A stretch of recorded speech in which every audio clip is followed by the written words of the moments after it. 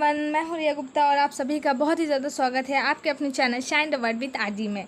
इस वीडियो में हम लोग देखने वाले हैं क्लास 12 समाजशास्त्र का चैप्टर 3। ये जो वीडियो है ये आपके लिए बहुत ही इंपॉर्टेंट होने वाली है। इस वीडियो में हम लोग जो सोशोलॉजी पार्ट 1 का जो चैप्टर 3 है, सामाजिक संस्थाएँ, निरंतरता एवं परिवर्तन, उसके जितने भी मोस्ट इंपॉर्टेंट टॉपिक हैं आपके इस चैप्टर में वो देखने वाले हैं, ताकि आपको ये चैप्टर बहुत ही ईजी समझ में आ जाए और आपको आगे इसके क्वेश्चन से लिखने में कोई भी परेशानी ना हो। तो ये वीडियो इंपॉर्टेंट होने वाली है, इसलिए आप लोग इसे एंड तक देखिएगा और जो कुछ भी समझ में ना आए आप कमेंट में कमेंट करके पूछ सकते हैं। तो चलिए स्टार्ट करते हैं। सबसे पहले हम लोग देखेंगे जाति एवं जाति व्यवस्था। तो जो हम लोग की फर्स्ट हेडिंग आ जाती है वो हमारी जाति एवं जाति व्यवस्था। भारत में जाति एक प्राचीन संस्था है जो कि हजारों वर्षों से भारतीय इतिहास एवं संस्कृति का हिस्सा रही है। तो क्या बताया जा रहा है, जो भारत है वहाँ पे जो जाति है वो एक प्राचीन संस्था के रूप में निरंतर चली आ रही है। यह जो है भारत में हजारों वर्षों से भारतीय इतिहास और संस्कृति का हिस्सा रही है। जाति जो है वो हमारे प्राचीन भारतीय समय से चली आ रही है, यह हमारी संस्कृति और इतिहास का हिस्सा रही है। जाति अंग्रेजी के शब्द कास्ट की उत्पत्ति पुर्तगाली मूल के शब्द कोस्टा से हुई है, जिसका अर्थ है लोगों का समूह या समुदाय।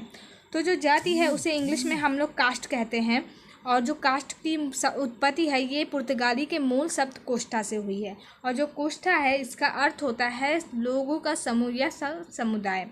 तो आई होप आप लोगों को समझ में आ गया होगा। आगे बढ़ते हैं। नेक्स्ट हेडिंग आ जाती है हमारी वर्ण व्यवस्था। वर्ण व्यवस्था क्या होती है तो चलिए देख लेते हैं। वर्ण का शाब्दिक अर्थ है रंग, जिसमें समाज की ब्राह्मण, क्षत्रिय, वैश्य एवं शूद्र 4 श्रेणियाँ हैं। तो जो वर्ण है उसका शाब्दिक अर्थ रंग होता है, लेकिन यहाँ पे रंग से कोई तात्पर्य नहीं है। यहाँ पे जो हमारे भारतीय समाज में जो वर्ण है वो 4 भागों में विभाजित है। ब्राह्मण, क्षत्रिय, वैश्य और शूद्र, इनको 4 श्रेणियों में बांटा गया है। इन चारों श्रेणियों के विभाजन को ही वर्ण कहते हैं। नेक्स्ट है हेडिंग हमारी जाति एवं वर्ण में अंतर, मतलब कि जो जाति क्या होती है और वर्ण क्या होती है, दोनों में डिफरेंस क्या है ये हम लोग देखेंगे। सबसे पहले देखेंगे जाति। तो इसे क्षेत्रीय या स्थानीय उपवर्गीकरण के रूप में समझा जा सकता है। जाति अधिक्रम के वर्गीकरण क्षेत्रीय है, जो एक क्षेत्र से दूसरे क्षेत्र में बदलते रहते हैं। इसकी उत्पत्ति उत्तरवैदिक काल में हुई थी। मतलब कि जो जाति है वो ऐसी होती है कि जिसको हम लोग बदल सकते हैं। जैसे कि किसी की जाति ये है और उसकी विवाह के बाद जाति चेंज हो जाती है, उसके हस्बैंड के नाम पे हो जाती है उसकी जाति, तो ऐसे जाति को हम लोग चेंज कर सकते हैं। और जो जाति है उसकी उत्पत्ति उत्तरवैदिक काल में हुई थी। यह जन्म से आधारित होती है, मतलब कि आप जन्म लेते हो तो आपकी जाति आपके जन्म से ही आधारित होती है, इसके स्थान परिवर्तन संभव नहीं है। आगे बढ़ते हैं। नेक्स्ट है हमारा वर्ण।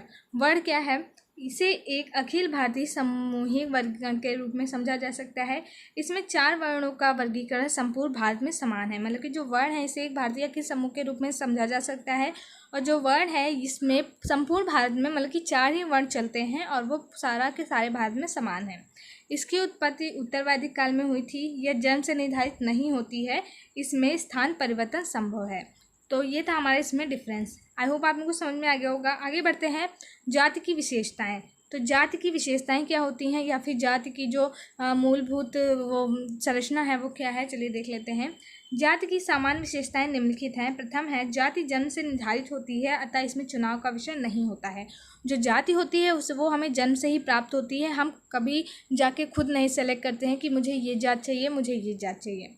आगे बढ़ते हैं। जाति समूह से जाति होते हैं, अर्थात विवाह समूह के सदस्य में ही हो सकता है। मतलब कि अधिकतर ऐसा आप लोगों ने देखा होगा, जिस जाति के लोग होते हैं वो उसी में शादी करते हैं। जैसे कि ब्राह्मण लोग ब्राह्मण में शादी करते हैं, क्षत्रिय लोग क्षत्रिय में, इस टाइप से। आगे बढ़ते हैं। समाज जातियों एवं उपजातियों में विभाजित होता है। पारंपरिक तौर पर जातियां व्यवसाय से जुड़ी होती हैं।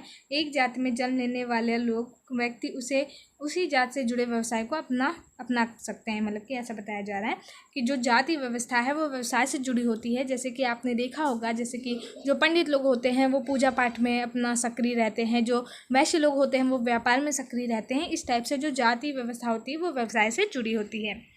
आगे बढ़ते हैं। नेक्स्ट हेडिंग है हमारी जाति और उपनिवेशवाद। तो ये क्या है, उपनिवेशिक शासन काल के दौरान भारत में अंग्रेजों ने जाति व्यवस्था को देखकर उसके बारे में सूचना एकत्रित करने के लिए जनगणना का कार्य किया था। बल्कि बताया जा रहा है कि जो औपनिवेशिक शासन काल था उस टाइम पे जो हमारे वहाँ अंग्रेज शासन कर रहे थे, तब उस टाइम पे जाति का बहुत ही ज़्यादा प्रचलन था। तो जब उन्होंने देखा कि जो हमारा भारत है अलग अलग जातियों में विभाजित है, तो उसके बारे में उन्होंने सूचना एकत्र करने के लिए जो है जनगणना की नीति का शुभारंभ किया था। जो जनगणना थी तभी से प्रारंभ हुई थी। इसके माध्यम से ही समाज में विभिन्न वर्णों के लोगों के मूल्यों, विश्वास एवं रीति रिवाजों आदि का पता चलता है या जानना चाहते हैं। तो इसी के माध्यम से ही हम रीति रिवाज और अलग अलग विश्वासों या फिर धर्मों के बारे में पता करते हैं। आगे बढ़ते हैं, समकालीन भारत में जाति व्यवस्था। तो चलिए देख लेते हैं।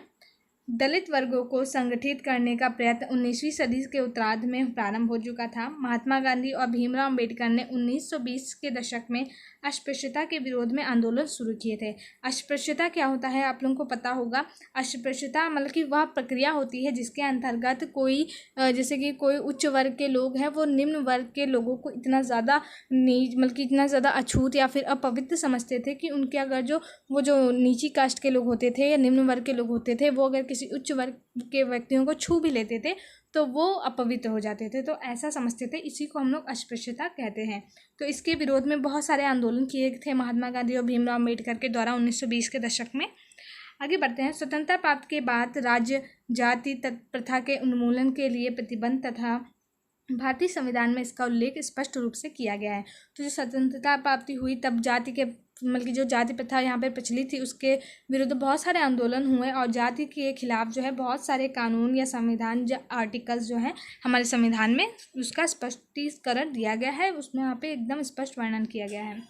संवैधानिक रूप से लोगों को बिना किसी भेदभाव के रोजगार उपलब्ध करवाना तथा सामाजिक रूप से पिछड़ी जातियों को समाज की मुख्य धारा में शामिल किए जाना। मतलब ये बताया जा रहा है संवैधानिक रूप से लोगों को बिना किसी भेदभाव के रोजगार उपलब्ध कराया जाता था और जो भी पिछड़ी जातियां थीं उनको समाज के अंदर घुलने मिलने के लिए मतलब प्रोत्साहन दिया जाता था। शहरों में जातिगत भेदभाव को मिटाकर उनकी योग्यता के अनुसार रोजगार उपलब्ध कराए गए थे। तो मतलब कि जो शहर होते थे वहाँ पे पहले जाति के आधार पर जैसे कि काम मिलते थे कि आप ऐसे हैं तो ये काम करिए। लेकिन अब क्या हुआ था जब ये सारे आंदोलन वगैरह हुए तो सुधार कुछ हुए जिसके कारण जो है वहाँ पे सारे भेदभाव को मिटा दिया गया था और जिसकी जो योग्यता होती थी उसे उसी योग्यता के आधार पर कार्य मिलता था। आई होप आप लोगों को समझ में आया होगा। अब आगे बढ़ते हैं, इसके बाद हेडिंग है हमारी परिवार और नातेदारी। ये भी हेडिंग है इस चैप्टर में। तो परिवार क्या होता है आप सभी लोगों को पता होगा। परिवार ऐसे लोगों का समूह होता है जो एक दूसरे के साथ विविध रूप से विवाह से जुड़े हुए हैं, अर्थात समाज द्वारा प्राधिकृत तरीके से एक दूसरे के साथ रहने वाले को परिवार कहते हैं। तो परिवार क्या होता है जब बहुत सारे लोग एक दूसरे के साथ किसी न किसी कारणवश जुड़े होते हैं, मतलब कि किसी न किसी विविध रूप से जुड़े होते हैं और वो सभी लोग एक साथ मिलकर रहते हैं तो उसे परिवार कहते हैं। और जो नातेदारी होती है वो क्या होती है, इसमें एक व्यक्ति का दूसरे व्यक्ति के साथ विविध संबंधी या जैविक की संबंध स्थापित होते हैं जैसे माता पिता एवं पति। तो ये होती है नातेदारी। आई होप आप लोगों को ये चैप्टर समझ में आ गया होगा। ये थोड़ा सा अजीब चैप्टर है लेकिन ये ऐसे ही है, इसमें यही सब बताया गया है। तो इसके जितने भी क्वेश्चन आंसर हैं शॉर्ट टाइप लॉन्ग टाइप वो भी आपको मिल जाएंगे। अगर जो ये वीडियो अच्छी लगी तो प्लीज़ से लाइक करिए। तो चलिए मिलते हैं मैं नेक्स्ट वीडियो में। Thank you.